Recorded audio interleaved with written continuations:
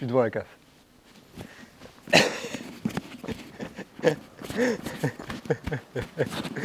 Je vous jure que j'ai traversé là, toute la route juste pour... Je tuerais pour démarrer mes vidéos, tu sais, à distance là. Ah, ce serait formidable. Bienvenue à tous. Bienvenue dans l'épisode 33, je crois. 33 sur 365. Un épisode par jour pendant un an. Verrouille ton écran. Tout. Non, c'est là, pardon. Verrouille ton écran, mets-le dans ta poche, fais tes 10 000 pas. Ou mets-le sur ton téléviseur, Chromecast. Fais comme tu le sens. Like, abonne-toi. Je vous le dis parce que quand je vous le dis pas, vous le faites pas. Donc maintenant, je vous le dis. Voilà. Bienvenue dans cette vidéo. Je suis devant la CAF, Caisse d'allocation familiale pour les intimes. Vous avez vu, j'ai couru pour faire mon intro.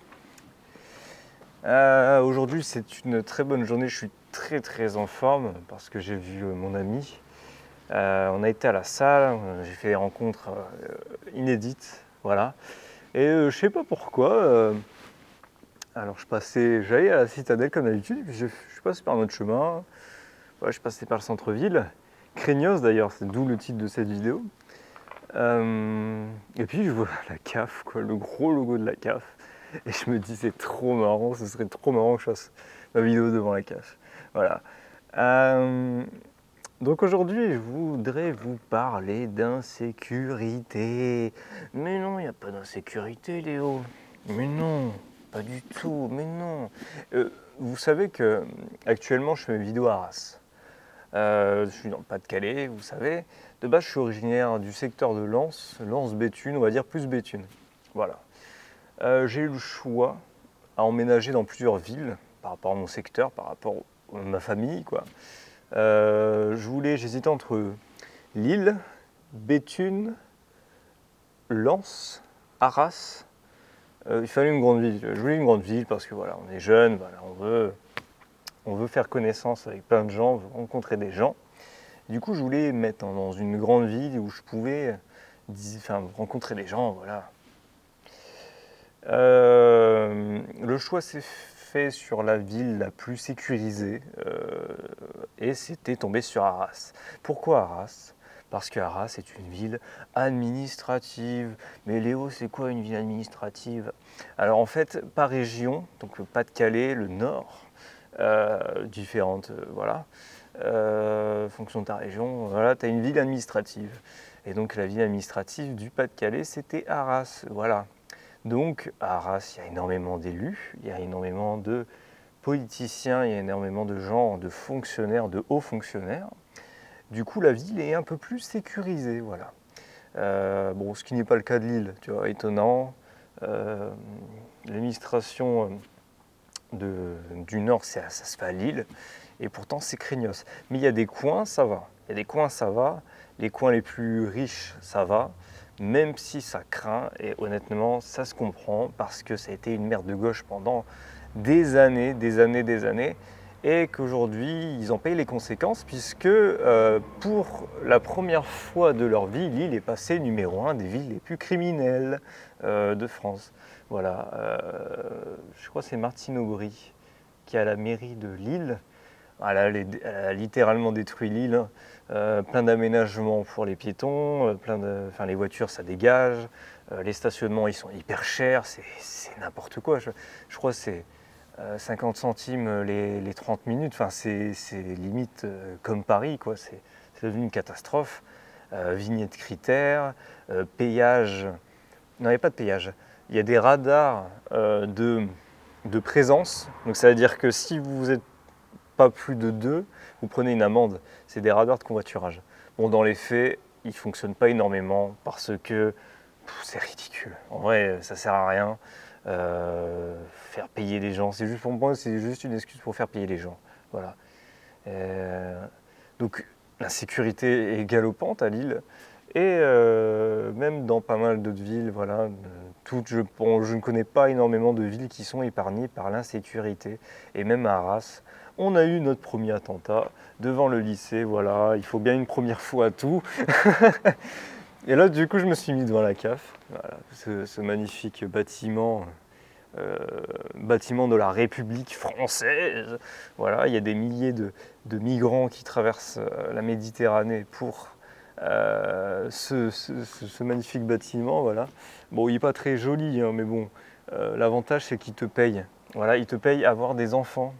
Donc, pour un Africain, c'est du, c'est du pain béni, quoi, tu vois, tu comprends ce que je veux dire. Euh, il va y avoir des gens, s'il y a des gens, ça va être gênant parce que la rue, elle fait beaucoup d'écho. Donc je vais parler très bas, d'accord? On va parler bas, je vais rapprocher le micro, on va parler bas. Voilà, j'ai pas envie de me faire marquer. En plus, ce soir, j'ai passé une bonne soirée. J'ai pas envie que ça termine mal. J'ai pas envie de me faire planter. Tu vois ce que je veux dire? Après, on dit que le caméraman ne meurt jamais. Je devrais peut-être filmer 24 heures sur 24, 7 jours sur 7. Qui sait? Bah, si vous voulez, je peux vous raconter ma journée, hein.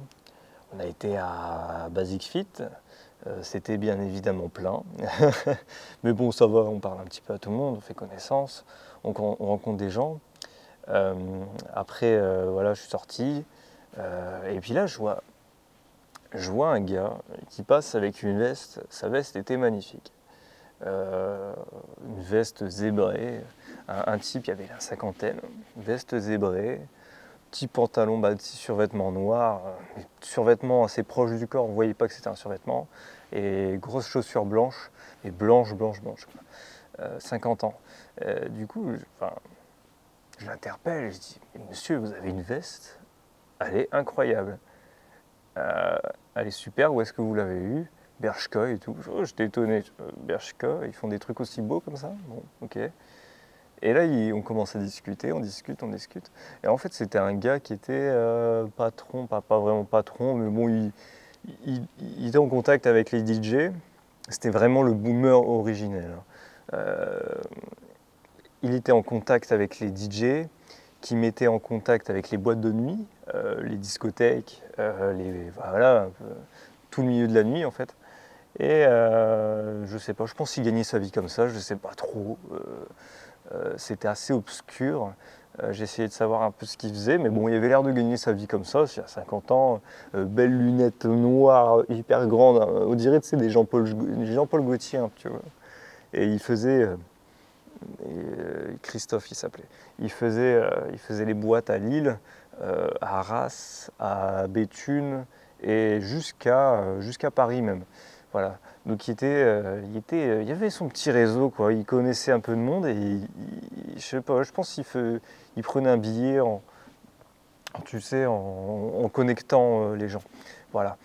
Et, et on parlait de ça, on parlait de tout. Et il disait que dans les boîtes de nuit,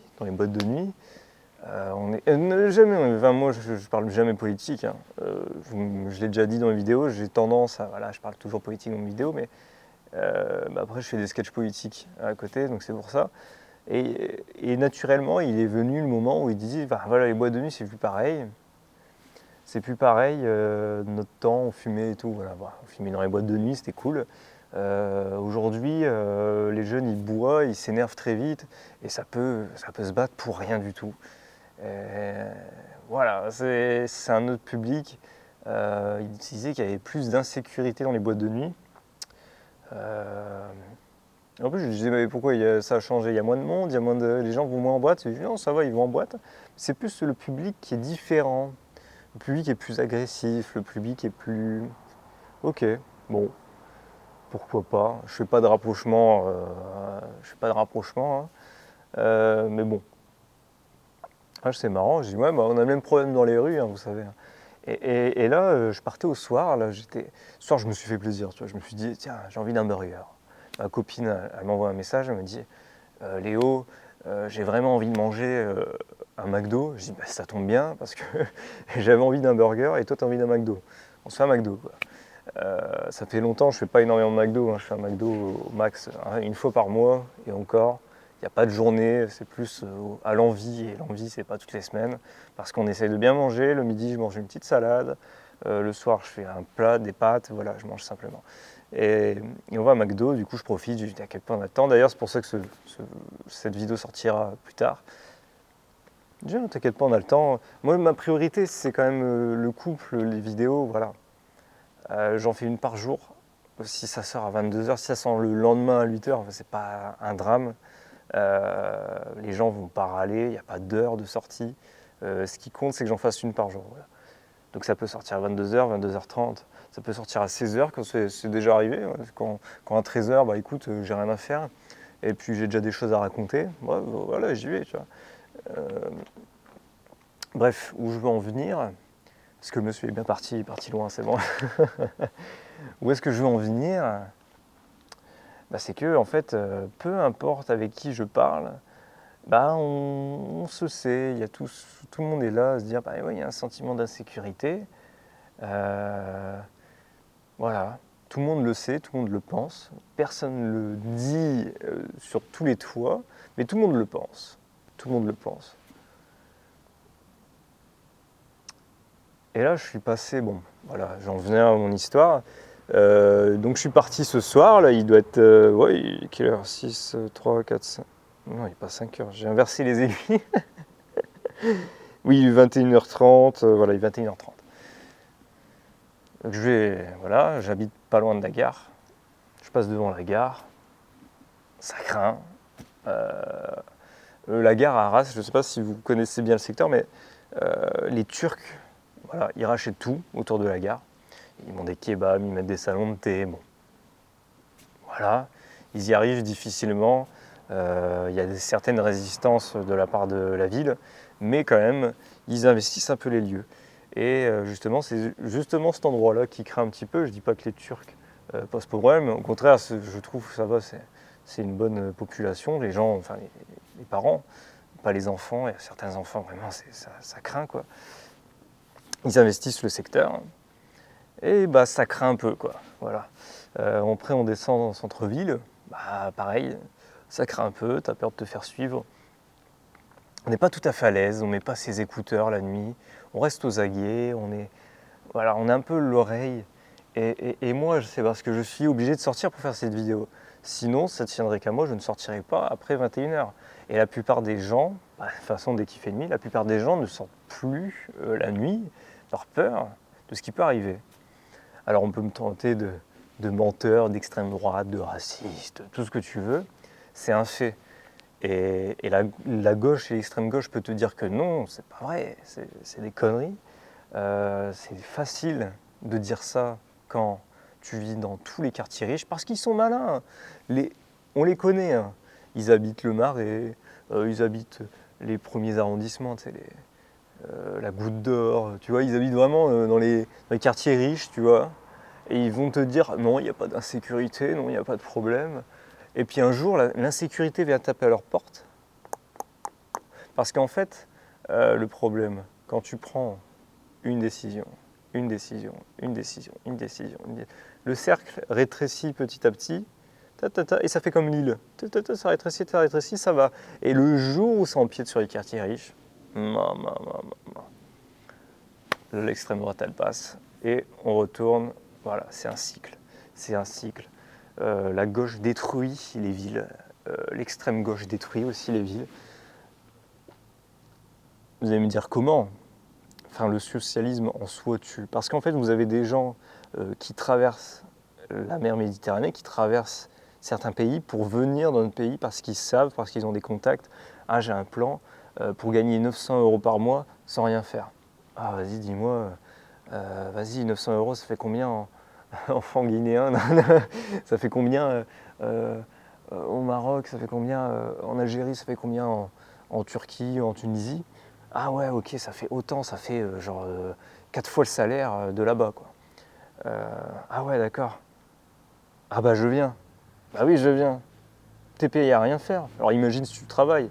Imagine si tu fais rien, t'es déclaré comme tu fais rien, et en plus tu fais genre Uber Eats ou des trucs comme ça, bah là t'as le combo gagnant. Je dis pas que ce sont tous des fainéants, des branleurs ou je sais pas quoi, mais il y en a beaucoup qui viennent pour le salaire, voilà, et qui viennent, pas forcément pour le salaire, mais qui viennent pour les allocs et qui viennent pour cette partie socialiste qu'on a créée